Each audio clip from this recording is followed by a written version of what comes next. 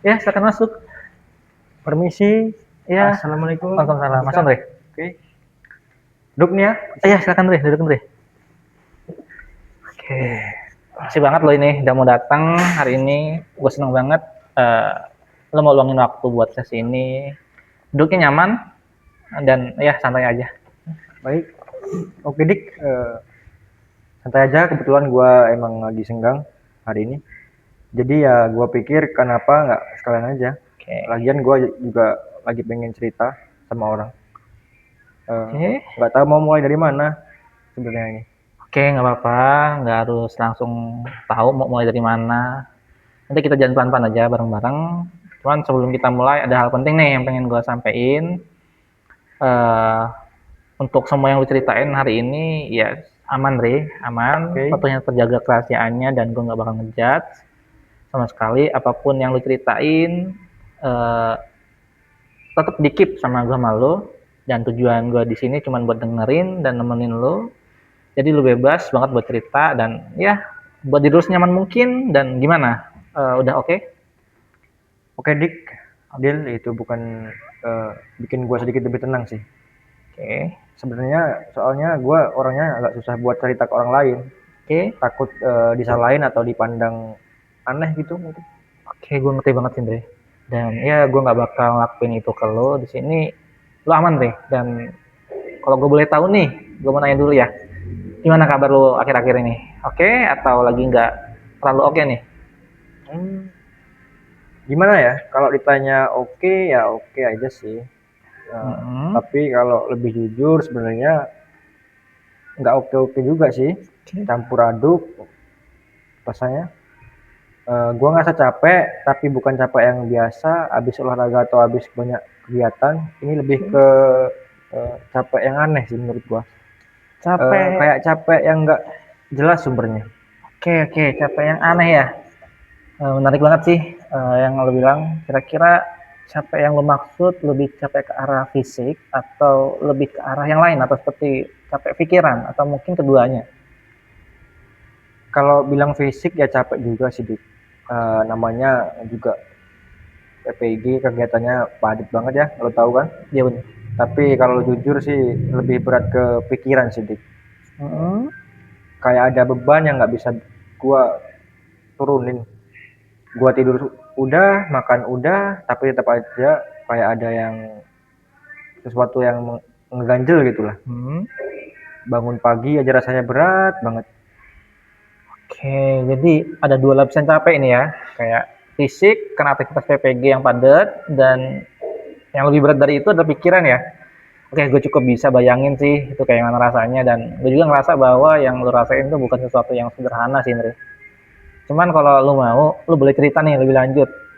Kira-kira apa sih yang bikin lu uh, bikin pikiran lu merasa berat gitu?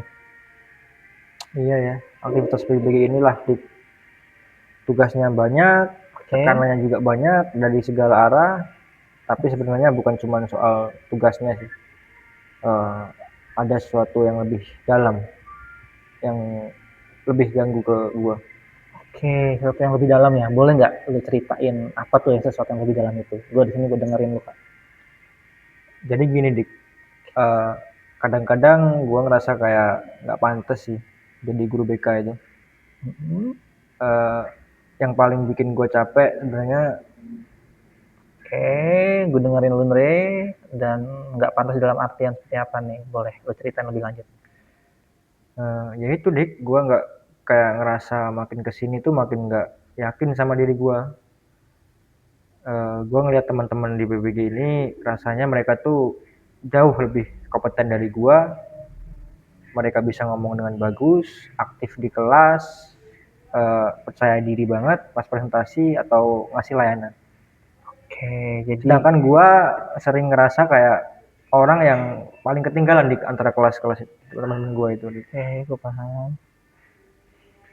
Oke, oke, gue nangkep ya apa yang lo ceritain. Jadi lo sering ngebandingin diri lo sama teman-teman PPG yang lain ya. Dan Ya, dari perbandingan itu lo ngerasa diri lo nggak cukup atau nggak pantas gitu ya. Dan itu berat banget buat lo, Andre. ya. Oke, perasaan itu udah mulai muncul sejak kapan, Andre?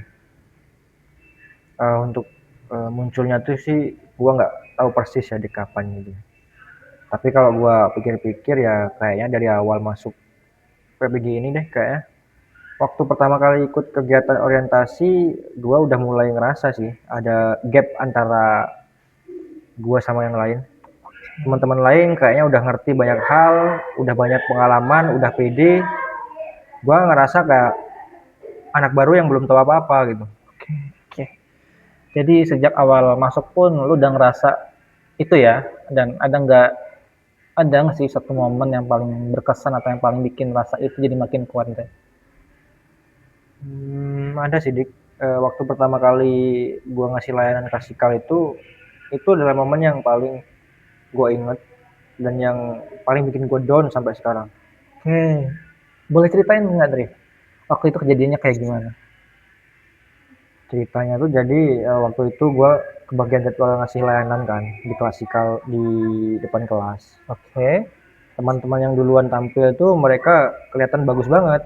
Materinya jelas, cara ngomongnya enak, didengarnya, kelas juga kondusif. Nah, tiba giliran gua ini Dik, gua tampil dari ah, sebelum masuk kelas itu ya. Gua udah deg-degan banget, kayak telapak tangan nih gua sampai keringat dingin. Pas gua mulai ngomong, pikiran gua kayak langsung blank. Gua lupa urutan materi yang udah gua persiapkan dari awal. Suara gua juga jadi kecil dan bergetar. Eh, Gimana ya? Gua kayak ngerasa semua orang ngeliatin gua dengan ekspresi yang ngejudge gitu. Eh, Padahal belum tentu kan begitu ya. Tapi otak gua kayak otomatis interpret semua itu sebagian penilaian negatif. oke, gue paham banget sih perasaan itu Dri. Dan itu pasti sangat menegangkan ya Dri ya buat lo. Ya. Oke, gue bisa bayangin sih betapa beratnya momen itu buat lo dan waktu itu di tengah situasi itu tentu apa yang langsung terlintas di benak lo atau pikiran lo? Yang pertama kali di kepikiran itu pas itu kayaknya gua nggak cocok deh jadi guru BK. Yang gua Oke, ngerasa pada saat itu ya. ah, Eh, Terus yang muter di kepala gua padahal layanannya sebelum selesai itu, tapi pikiran gua udah ke sana. oh, Nah, oh. dan setelah layanan selesai, gua nggak langsung pulang. Gua duduk di pojok kelas agak lama, mikirin itu terus, rasanya kayak pengen nangis tapi nggak bisa. Oke, kamu sendirian waktu itu di pojok kelas? Ya, sendirian. Teman-teman udah pada bubar, gua pura-pura nyusun kertas biar nggak kelihatan lah kalau gua lagi nggak baik-baik aja. Gua nggak mau kelihatan lemah di depan mereka. Oke, gue ngehargai sih apa yang lo lakuin dan ya gue ngehargai banget cerita lo tadi. Itu bukan hal yang mudah sih buat lo ceritain dan ya gue mau nanya Andre, kalimat gue nggak cocok jadi guru BK itu apakah masih sering muncul sampai sekarang? Iya sih, Dik. Masih bahkan sekarang tiap ada tugas tuh eh, tiap ada tugas presentasi nih ya Heeh. atau tiap tahu bakal ada jadwal ngasih layanan lagi, Oke. gue langsung kayak cemas duluan, udah down duluan, Mm-mm. kayak ada alarm di kepala gue yang otomatis bunyi, awas kamu bakal gagal lagi gitu. Oke, alarm itu muncul sebelum lo mencoba atau gimana? Cemasnya kamu itu seperti apa sih, Andre? Atau bisa lo gambarin nggak? Untuk gambarannya cemasnya itu kayak takut ngomong salah di depan peserta didik, takut diketawain atau takut nilai jelek sama supervisor atau teman-teman, Hah? takut tiba-tiba otak gue itu blank. Oke. Kayak waktu itu. Dan yang paling dalam itu gue takut kalau ternyata semua ketakutan itu benar, bahwa gue emang beneran nggak punya kemampuan di bidang eh, guru BK ini cukup buat jadi guru BK. Oke, jadi ada lapisan-lapisan ketakutan ya. Dari permukaan seperti takut, salah ngomong, sampai yang paling dalam yaitu takut ternyata memang nggak mampu. Dan ketika semua ketakutan itu muncul, apa yang biasanya lu lakuin, Dre? Eh, gue biasanya jadi overthinking sih, Dik. Heeh. Mikirin yang bukan-bukan, gue mulai bayangin gimana nanti pas gue udah jadi guru BK beneran. Gue tuh takut kak nggak bisa bantu siswa yang lagi bermasalah. Gue takut malah bikin siswa makin tambah masalah gara-gara salah menangani guanya. Kadang gue sampai kepikiran ngapain gue lanjut begini ya, kalau ujung-ujungnya gue bakal jadi guru BK yang berguna. Oke, oke. Itu overthinking yang cukup jauh ke depan, Andre ya. Sampai bayangin lu udah jadi guru BK dan gagal di sana. Oke, gue paham. Kalau sama pikiran itu lagi muncul ketika lu lagi overthinking seperti itu, apa yang lu rasain terhadap diri lu sendiri, Andre? Eh, gua kayak ngerasa sih jadi kecil banget dik, rasa Oke. kayak gua ini nggak layak ada di lingkungan ini, seolah-olah itu semua orang di PPG ini punya tempat dan peran yang jelas, sedangkan eh, gua yang kayak paling nggak cocok di lingkungan ini. Oke, nggak layak ada di lingkungan ini. Itu kalimat yang berat banget sih, asli. Gue pengen pastiin, Re. Gue ngerti dengan benar. Lu ngerasa seolah semua orang lebih layak dibandingkan lu untuk ada di PPG ini ya. Iya persis gitu. Kayak ada seleksi alam yang harusnya nyisihin gua dari sana, tapi entah gimana ya gua masih ada di sana dan itu bikin gua ngerasa nggak nyaman tiap hari. Oke. Kayak gue ngerasa nggak pernah bisa nikmatin proses belajarnya karena kepala gue selalu dipenuhi sama pikiran itu. Oke, itu berarti sangat nguras tenaga lo ya, Andre ya. Dan belajar sambil terus menerus dihantin pikiran seperti itu, gue mau tanya sesuatu nih. Dan ini agak personal mungkin ya. Apa lu sering menuntut diri lu sendiri untuk harus tampil sempurna, Andre? Hmm, iya gue sadar sih kalau gue emang orangnya tuh agak perfeksionis dari dulu nih ya. Ayo. Gue tuh nggak bisa ngelakuin sesuatu setengah-setengah dik. Mm-mm. Kalau mau lakuin sesuatu itu ya harus benar-benar bagus. Tapi di PBG ini standar yang gue tuntut ke diri sendiri kayak nggak pernah tercapai gitu. Oke. Karena standar yang kamu tuntut itu seperti apa, Andre? Gimana seharusnya seorang calon guru BK itu yang dia menurut lu itu gimana sih? Gini ya, kalau menurut gue itu guru BK itu yang baik itu harus tenang Heeh. dan nggak gampang panik, harus bisa ngomong dengan jelas dan meyakinkan, harus percaya diri di depan siapapun, Heeh. harus punya empati yang tinggi, harus eh, tahu cara nanganin berbagai hal masalah, harus bisa bikin siswa merasa nyaman, aman, pokoknya harus kompeten dah di segala bidang. Oke. Banyak banget ya. Gila. Itu standar yang sangat tinggi sih, Andre, memang. Dan ketika lu ngerasa belum sampai di semua standar itu, lu nganggap diri lu gimana? Ya gue anggap diri gue gagal atau paling nggak belum layak lah. Gue nggak kasih ruang buat diri gue buat masih dalam proses belajar, kayaknya kalau belum sempurna ya berarti gagal, gitu aja dah di pikiran gue. Oke, Andre, gue mau coba ngerangkum nih apa yang lu ceritain tadi ya, Ya biar boleh. kita bisa lihat lebih jelas nih polanya nih. Jadi selama ini Oke. lu punya keyakinan yang kuat ya, Ya. bahwa kalau gua belum sempurna berarti ya gua nggak pantas jadi guru BK kan. Dan Ya. dari keyakinan itu setiap kali ada situasi yang buktiin kalau lu belum sempurna, misalnya tadi kayak waktu tampil lu grogi, Hmm. lu langsung narik kesimpulan nih bahwasanya lu emang tidak layak. Itu kira-kira yang gue tangkap dari cerita lu, bener nggak? Benar. Oke. Ya benar. Eh, bener ya? Ya benar. Oke. Nggak aneh sih, Andre, kalau itu justru menunjukkan sesuatu yang penting dan ya lu punya kapasitas sebenarnya untuk melihat pikiran lu itu bisa jadi tidak akurat dan itu titik awal yang sangat baik sebenarnya, Andre. Sekarang gue mau ajak lu buat lihat pikiran itu pelan-pelan, cuman dari sudut pandang yang lebih berbeda sih. Mau ya? Oke Dik, mau. Oke. Gini, Andre. Kamu kan udah ketemu ya atau kenal beberapa guru BK ya yang kamu Ya. anggap profesional kan Ya. dan kompeten kan? Ya. Entah itu dari sekolah lu dulu waktu ngajar atau tempat kita PPL atau siapapun itulah. Ya. Menurut lu nih, Andre, Hmm.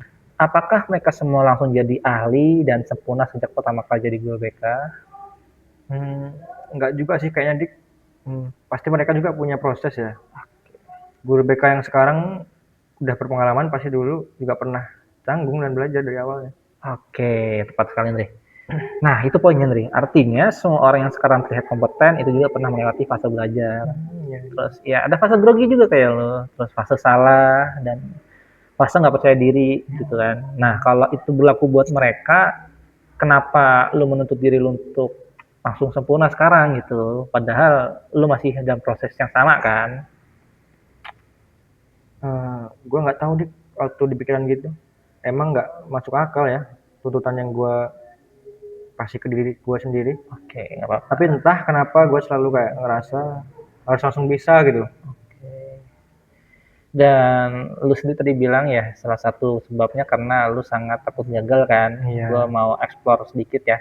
iya. Sebenarnya lu takut gagal dalam konteks apa sih, Andre? Terus apakah takut gagal di depan teman-teman atau takut dinilai buruk oleh dosen atau supervisor atau DPL kita atau ada sesuatu yang lebih dalam dari itu? Hmm.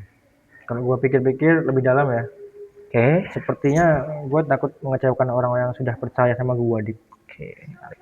Kayak keluarga gue yang udah ngorbanin banyak buat biayain gue sampai ke BBG ini, teman-teman yang anggap gue capable, Mm-mm.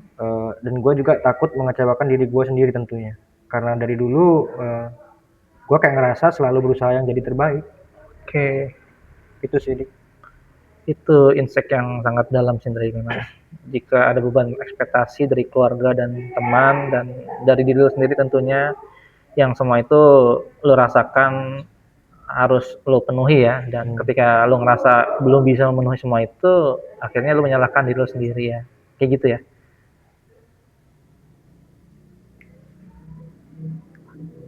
Ya persisten yang paling berat itu beban dari diri sendiri Oke. karena orang lain mungkin nggak setinggi itu ekspektasinya Mm-mm. ke gua. Tapi gua sendiri yang terus menuntut diri gua lebih dan lebih dan marah ke diri gua sendiri kalau nggak bisa. Oke, oke. Gue tanya Andre, ada sesuatu yang mungkin agak mengejutkan ya. Kalau ada teman kamu nih, bukan kamu ya, teman kamu Ya, yang cerita persis seperti yang kamu ceritain ke gue tadi gitu, ya. grogi pas layanan, ngerasa nggak percaya diri, masih dalam proses belajar. Kira-kira apa yang akan lu katakan ke teman lo itu? Kayaknya yang pasti gua bilang ke dia sih, ya wajar kali ya. Kamu masih belajar, nggak ada orang yang langsung jago dari awal.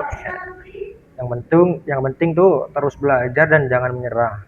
Gitulah kira-kira Dik yang gua bilang ke itu. Oke, nah, kenapa nggak kata-kata baik tadi atau kata-kata eh, yang rasional tadi dan pengertian yang lu berikan buat teman-teman lu itu nggak lu berikan ke diri lu sendiri coba? Gua nggak tahu sih Dik, gua nggak pernah mikir sampai situ. Gua lebih gampang berbalas kasih ke orang lain dibanding ke diri gua sendiri Dik. Oke, itu namanya double standar ya, Andre ya. Lu punya standar yang sangat keras nih buat diri lu sendiri. Cuman eh, untuk standar ke orang lain itu jauh lebih manusiawian gitu ya. Oke. Lu pengertian buat orang lain dan apakah lu pikir itu adil buat diri lu sendiri, Andre? Nggak adil sama sekali ya. Gua itu kayak jadi hakim yang paling keras buat diri gua sendiri. Tapi jadi kayak pengacara yang paling baik buat orang lain. Gua nggak pernah bela diri gua sendiri Dik. Oke, oke, oke, oke. Gue suka sih analogi ini dan ya sekarang gue mau ajak lu coba buat sedikit lebih adil ya ke diri lu sendiri. Boleh gue tanya ya? Ya. Oke, selama PPG ini pernah nggak ada momen di mana lu berhasil melakukan sesuatu dengan baik, sekecil apapun itu misalnya? Bentar ya Dik ya, gua ingat-ingat dulu. Em, Kayaknya pernah sih Dik. Oke. Tapi gue biasanya langsung dismiss itu, anggap itu nggak penting atau itu cuma kebetulan. Oh, no, no, no. Justru itu penting, Dre. Dan itu yang mau gue explore. Coba ceritakan satu momen itu ke gue. Jadi ceritanya waktu itu tuh ada temen yang gue lagi stres banget Oke. dia ngerasa kayak over helmet Oh sama iya. tugas PPG ini Oke. dan ngerasa sendiri banget dia cerita ke gue karena katanya gue kelihatannya lebih tenang. Mm-mm. Gue dengerin dia cerita cukup lama, gue nggak langsung ngasih saran, gue cuma dengerin pada saat itu Dik. Mm-mm. Dan setelah dia selesai cerita, dia bilang dia merasa jauh lebih lega. Oke. Dan dia bilang, makasih ya, gue ngerasa lebih ringan setelah cerita sama lu. Oke. Waktu itu gue seneng Dik.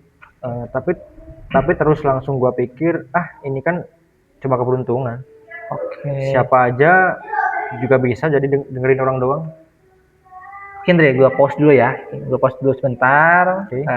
Teman kamu itu bilang dia ngerasa lebih lega ya dan lebih ringan setelah bercerita sama lu. Ya, Oke. Itu bukan kebetulan, Re, dan itu bukan karena siapa aja bisa, bukan. Itu karena lu tahu cara mendengarkan dan cara membuat orang merasa lebih aman dan didengar, Re. Itu salah satu skill, Re. Dan skill yang paling mendasar dan paling penting yang dibutuhkan seorang guru BK, dan lu punya itu. Gitu. Terus gimana lu lihat itu sekarang? iya ya. Waktu dipikir gitu, gue emang suka dengerin orang, Dik. Dan teman gue itu nggak bohong kalau dia merasa lega. Ya. Itu nyata. Tapi gue selama ini nggak pernah ngitung itu sebagai kemampuan gue. Nah, sekarang gue mau ngajak lo buat ngelihat pikiran itu dengan lebih kritis ya. Lo kan tadi bilang pikiran utama yang sering muncul adalah gue nggak pantas nih jadi guru BK. Oke, gue mau tanya, ada nggak sih bukti yang konkret, real, yang benar-benar nyata nih, yang ngebuktiin bahwa lo memang nggak pantas jadi guru BK? Ada nggak? Kalau dipikir-pikir, benar-benar sebenarnya nggak ada bukti yang konkret sih, Dik. Oke. Yang ada cuman perasaan dan asumsi gue sendiri. Nah, itu Andre. Tepat. Nah, sekarang kebalikannya. Apakah ada bukti bahwa lu sebenarnya punya potensi dan kemampuan untuk jadi guru BK? Nah, Kayaknya ada sih, seperti yang gue ceritain tadi, salah satunya, gue bisa bantu temen yang lagi stres, terus gue juga sebenarnya suka banget belajar tentang psikolog dan konseling, Dik. nah, Gue sering baca buku tentang itu bukan karena tugas, tapi karena memang penasaran, dan gue peduli banget sama orang-orang di sekitar gue. oke, itu bukan hal kecil, Andre. Dan lu punya kemampuan mendengarkan, kemampuan minat yang jenius terhadap bidang ini, dan lu punya kepedulian terhadap orang ini. Itulah. Menurut gue itu fondasi yang sangat kuat, Andre. Gue jadi guru BK yang baik, dan sekarang gue pengen tanya nih, apa yang lebih sesuai dengan fakta yang ada? Gue nggak pantas jadi guru BK kah, atau gue sedang dalam proses jadi guru BK? Yang kedua sih lebih tepatnya, Dik, Oke, lebih sesuai fakta. oke. Coba lu ucapkan itu dengan lebih lengkap dengan kata-kata lu sendiri. Kita rubah. Oke, gue masih dalam proses belajar menjadi guru BK. Gue belum sempurna dan itu wajar karena semua orang juga melewati proses itu. Oke, keren banget, Andre. Dan lu tadi bilang lu sering grogi kan, dan itu membuat Ya. lu ngerasa tidak layak. Tapi coba pikir, apakah grogi dan cemas sebelum tampil itu otomatis berarti kamu tidak punya kemampuan? Enggak juga sih, banyak orang yang berpersonal juga masih kadang nervous sebelum tampil. Itu bukan tanda ketidakmampuan sih, itu manusiawi sebenarnya. Ya kan, ya bener-bener, bener bang. Faktanya sedikit rasa gugup itu bukan, eh, itu alami, itu bahkan bisa ngebantu lu lebih fokus dan waspada terhadap hal di sekitar. Yang jadi masalah bukan rasa gugupnya, Andre, tapi pikiran lo yang menghubungkan dengan rasa gugup tadi. Ketika gugup, pikiran langsung melompat nih ke bukti, ke ini bukti gue nggak layak. Padahal ya wrong, padahal salah. Padahal yang lebih akurat adalah kalau gue gugup ya karena gue peduli sama hasil kerja gue, dan eh, itu adalah tanda gue serius. Wah, itu cara pandang yang sama sekali berbeda sih, Dik. Oke, Gue nggak pernah, Dik, mikir dari sudut itu. Biasanya gugup langsung gue artiin sebagai kegagalan, oke, nggak apa-apa. bukan sebagai tanda bahwa gue tuh peduli. Oke, persis, Andre, nggak apa-apa. Dan itu disebut distorsi kognitif dalam CBT, Andre. Jadi ketika pikiran kita ngambil satu fakta nih dan langsung menarik kesimpulan yang terlalu jauh dan terlalu negatif, jadi kamu ngalamin beberapa jenis distorsi kognitif sekaligus. Ya, kalau sedikit ya kita bahas ya. Pertama itu ada all or nothing thinking. Ya. Jadi kalau kalau gue nggak sempurna berarti gue udah gagal total. Nah, terus yang kedua ada mind reading. Ya. Itu asumsi bahwa orang lain menilai kamu jelek padahal ya belum tentu gitu loh. Terus kalau ketiga ya, kayaknya ketiga itu kalau nggak salah catastrophizing deh, yaitu membayangkan skenario terburuk di masa depan dan ya itu nganggap pasti kejadian. Keempat, keempat disqualifying the positif kayaknya. Jadi setiap hal positif yang kamu lakukan secara langsung itu nggak penting atau kebetulan. Jadi apakah lu bisa ngelihat ya pola-pola itu dari cerita lu tadi ya? Iya dik, sekarang gue lihat itu sangat jelas sih. Dan gue baru sadar kalau gue itu emang udah lama hidup dengan pola pikir seperti itu. Oke, nggak apa-apa. Bukan cuman soal PPG, mungkin sejak lama. Kayak kebiasaan berpikir negatif yang udah otomatis jalan terus. Oke. Jadi itu kesadaran yang sangat berharga Andre ya. Dan Ya, kabar baiknya karena itu adalah kebiasaan berpikir bukan fakta tentang siapa lo, ya, itu bisa dirubah Andre. Pelan-pelan kita ubah, kita latih otak kita untuk merespon yang berbeda gitu. Nggak instan emang, nggak langsung selesai tapi bisa. ya. Dan sekarang dari semua yang kita bicarain tadi, coba lu buat satu kalimat baru nih yang lebih realistis tentang diri lu sebagai calon guru BK. Hmm, mungkin gini dik, gue masih belajar Oke. dan berkembang jadi guru BK. Gue punya kemampuan dasar yang nyata, gue bisa mendengarkan, gue peduli, dan gue mau belajar orangnya. Oke. Grogi dan kesalahan itu bagian dari proses, bukan bukti dari sebuah kegagalan. Wah, keren banget, Re. Itu luar biasa sih, Re. Itu kalimat yang jauh lebih seimbang lah, lebih realistis dan lebih adil untuk diri lu sendiri. Dan bagaimana rasanya mengucapkan itu, Re? Sedikit aneh sih, Dik, tapi dalam artian yang baik. Oke. Kayak ada sesuatu yang lebih ringan gitu. Gua nggak terbiasa ngomong hal-hal baik tentang diri gua sendiri. Jadi terasa sedikit asing. Tapi sekarang gua ngerasa itu lebih benar dibandingkan pikiran yang selama ini gua percaya. Oke. Oke, gue mau ngomong sesuatu nih, Andre, dan gue pengen lu dengerin ini dengan Oke? serius ya. Iya.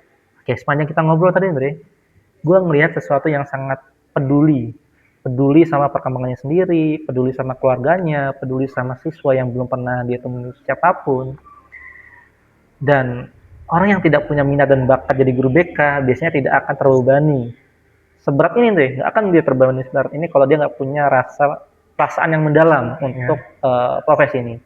Dan rasa berat lu itu justru menunjukkan betapa dalamnya lu peduli dengan profesi guru BK ini, Andre. Gua nggak pernah melihat dari sisi itu sih, Dik. Gua selalu menganggap merasa berat dan takut itu sebagai kelemahan gua, Oke. bukan sebagai tanda bahwa gua peduli. Ketakutan yang sering disalahartikan sebagai kelemahan, tapi banyak ketakutan, terutama terkait dengan tanggung jawab. Ya. Itu sebenarnya tanda bahwa lu mengambil sesuatu dengan sangat serius, Andre. Orang yang benar-benar nggak peduli nggak akan merasa takut gagal, Andre. Dan lu jelas sangat peduli dengan hal itu. Iya ya. Dan gua ngerasa gua juga perfeksionis karena gua takut mengecewakan orang. Bukan karena gua mau pamer atau egois. Gua justru terlalu mau bikin semua orang senang dan akhirnya nyiksa diri gua sendiri. Jadi Oke, itu insight yang sangat dalam, Andre. Perfeksionis yang datang dari rasa takut mengecewakan orang lain itu seringkali lebih melelahkan ya daripada kerja keras betul, itu sendiri. betul. Terus karena lu tadi hanya bekerja keras, karena lu tidak hanya bekerja keras ya, Ya. lu juga harus menerus menghakimi diri lu sendiri dari atas setiap langkah ya. Itu double burden ya, Dre. Tapi lu layak untuk dibebaskan dari beban itu, Dre. Bener banget sih, Dik. Gue capek, bukan cuma capek PPG. Gue capek jadi hakim buat diri gue sendiri. Capek nggak pernah ngerasa cukup. Dan gue rasa salah satu hal yang perlu dikurangi bukan semangat lu sebenarnya atau standar lu. Nggak perlu lu kurangin. Cuman yang perlu lu kurangin mungkin kebiasaan lu ngebandingin diri lu sendiri dengan orang lain. Ya, karena ketika lu ngebandingin diri lu dengan orang lain, lu biasanya ngebandingin bagian dalam lu dengan bagian luarnya mereka nih. Lu lihat kegugupan lu sendiri, tapi lu lihat keberhasilan tampilan luar teman-teman lu. Itu perbandingan yang gak adil gitu. Ya ampun, bener banget sih itu. Gue nggak tahu teman-teman gue juga mungkin punya ketakutan yang sama. Mungkin mereka juga grogi, tapi berhasil sembunyiin. Gue cuma lihat hasilnya, bukan prosesnya sih. Oke, tepat nih. Dan kalau lu mau coba tanya ke teman-teman lu dengan jujur, kemungkinan besar banyak dari mereka ngerasa hal yang sama sih sama lu gitu. Bukan hanya lu satu-satunya, Andre, orang yang berjuang kok, Andre. Dan lu cuman harus jujur jujur sama diri lu dan jujur untuk hari ini, dan iya, ke gua dan diri lu sendiri tentunya. Lu udah jujur ke gua, tinggal lu harus jujur ke diri lu sendiri. Ya Dik, makasih ya. Gua nggak nyangka sesi ini bakal sebuka ini buat gua. Gue biasanya susah banget cerita ke orang, tapi tadi gua ngerasa aman buat cerita. Mungkin karena lo udah dengerin tanpa ngejudge ya. Oke. Gua seneng lu bisa ngerasa aman, Dre, dan itu juga menunjukkan sesuatu ya. Lu tadi bilang teman lu ngerasa lega cerita ke lu kan ya, karena Iya. lu bisa dengerin dengan baik gitu, dan sekarang lu sendiri ngerasa apa? Artinya didengerin tanpa dihakimi. Ya lu tahu ya bahwa dari dalam diri lu sendiri nilai dari kemampuan itu punya kemampuan yang sama lah. Iya, gua baru sadar dan ngerasain langsung sih betapa besarnya dampak dari seorang yang mau dengerin Dik. Oke. Gua mau banget bisa kasih itu ke siswa-siswa gua nanti. Oke, Andre. Kita udahin dulu ngobrol ya, cukup panjang hari ini, dan gue mau coba ngerangkum ya apa yang kita obrolin bersama. Oke. Yang pertama, lu datang dengan perasaan yang tidak layak ya dan tidak pantas jadi guru BK. Tapi setelah kita explore bersama, ternyata perasaan itu bukan fakta ya, Ya. tapi itu adalah pikiran yang dibentuk oleh pola pikir yang terlalu keras ke diri lu sendiri tuh. Perbandingan yang nggak adil lagi, Ya. dan ketakutan yang sudah lu bawa sejak lama ya. Kedua, sebenarnya lu punya kemampuan yang nyata, kemampuan buat mendengarkan, kemampuan peduli yang tulus dan minat genuine terhadap bidang BK itu sendiri. Bukan hal kecil loh, Andre. Dan ketiga, lu berhasil, Andre. Hari ini lu menemukan cara pandang baru yang lebih realistis tentang diri lu sendiri, dan itu langkah yang awal yang sangat berarti sih. Ya Dik, kayak gue ngerasa sekarang lebih jelas liatnya dan lebih lega mungkin. Bukan berarti masalahnya langsung selesai, ya. Cuman tapi kayak ada ruang napas yang baru, agak sedikit lega gitu lah, plong. Oke, itu yang paling penting sebenarnya. Bukan langsung sembuh ya, tapi langsung berubah. Tapi ada ruang napas baru ya, dan dari ruang itu lu bisa mulai pelan-pelan. Gue mau kasih lu satu latihan kecil nih untuk beberapa hari ke depan aja. Jadi setiap kali pikiran negatif tadi muncul, Dre, tentang diri lu sendiri gitu, yang mana ada kata nggak pantas ya, gue Ya. nggak pantas, atau gue nggak bakal gagal, atau gue nggak cukup. Coba lu lakukan 3 langkah pertama nih. Yang pertama, lu catat pikiran itu di mana aja. Atau kalau lu butuh sticky note atau sebuah kertas, bisa lu bawa. Oke. Atau bisa di HP juga boleh. Ya. Terus yang kedua, tanya ke diri lu sendiri nih, apakah ini nyata atau cuma ketakutan? Paham ya yang di kedua ya? Paham, paham. Terus yang ketiga, coba lu tulis kalimat yang lebih realistis sebagai tanggapan seperti tadi yang lu udah coba ya, yang gue masih belajar dan berkembang. Nah, kira-kira bisa dicoba nggak? Bisa Dik, gue coba ya. Itu kayaknya sederhana tapi gue ngerasa bakal butuh kesadaran yang besar buat nangkep pikiran-pikiran itu sebelum langsung ke bawah. Oke, betul.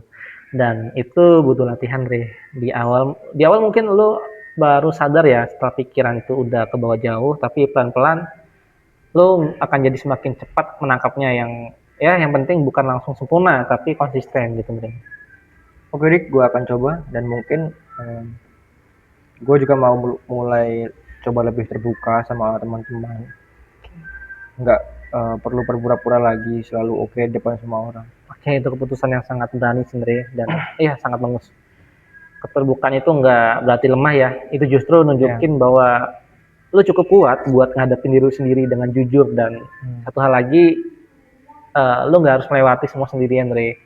Kalau sewaktu-waktu pikiran itu terlalu berat lagi, terus mengganggu lu, ya jangan ragu lah buat cari bantuan.